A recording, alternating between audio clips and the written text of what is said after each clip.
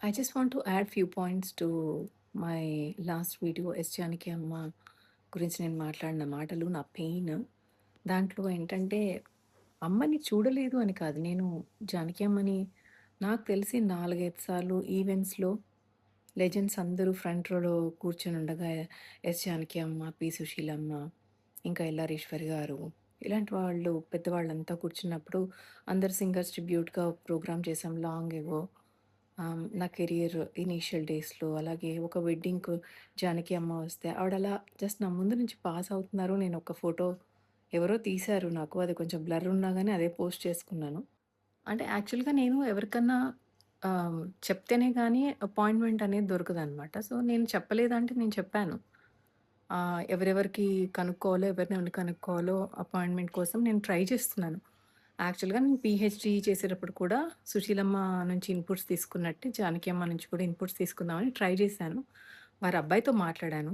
ఆ టైంలో అమ్మ ఎవరిని కలవట్లేదు ఆరోగ్య సమస్యల వల్ల అని చెప్పడం వల్ల I had to respect that and I had to keep myself away from it అనమాట. సో, లేటర్ ఆన్ గూడా నేను కొంతమందితో ఎవరెవరితో అయితే చెప్పాలో వాళ్ళందరితో చెప్పి పెట్టాను. But unfortunately it never happened.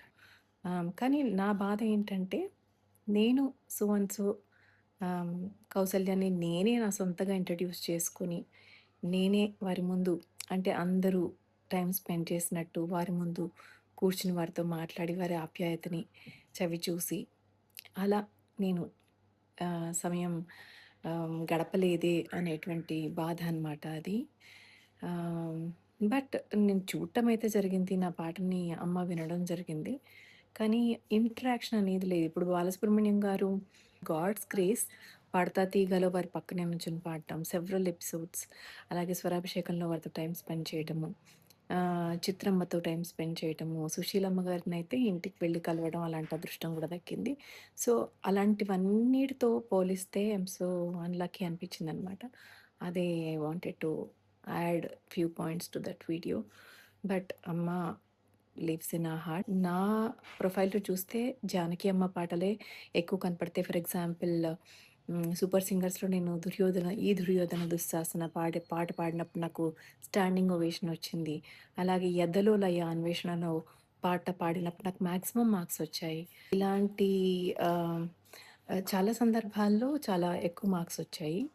ఆహ్, జానకమ్మ పాటలంటే అంటే సెకండ్ థాట్ లేకుండా ఒక పాట పాడు అనగానే నాకొచ్చేది 'జానకి అమ్మ' పాటనమాట. And I got several compliments saying that 'Janaki అమ్మ' వాయిస్ లాగా ఉంది. అక్కడక్కడ ఇలా ఉంది.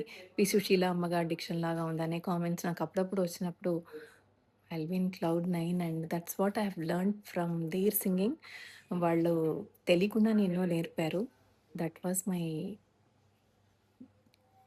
Feeling actually when I was doing the video అనమాట. Straight from my heart those feelings and ఇదే పాయింట్స్ యాడ్ చేయాలనుకున్నాను. హాయ్! ఇదే పాయింట్స్ చెప్పాలనుకున్నాను. సో, మా నైబర్ నుంచి చిన్న బాబు హాయ్ చెప్తున్నాడు వచ్చి. సో, అదనమాట. అది I wanted to tell you guys and Janaki అమ్మ వి love you so much. And మీ పాటలు పాడుతూనే ఉంటాం అజరామరం.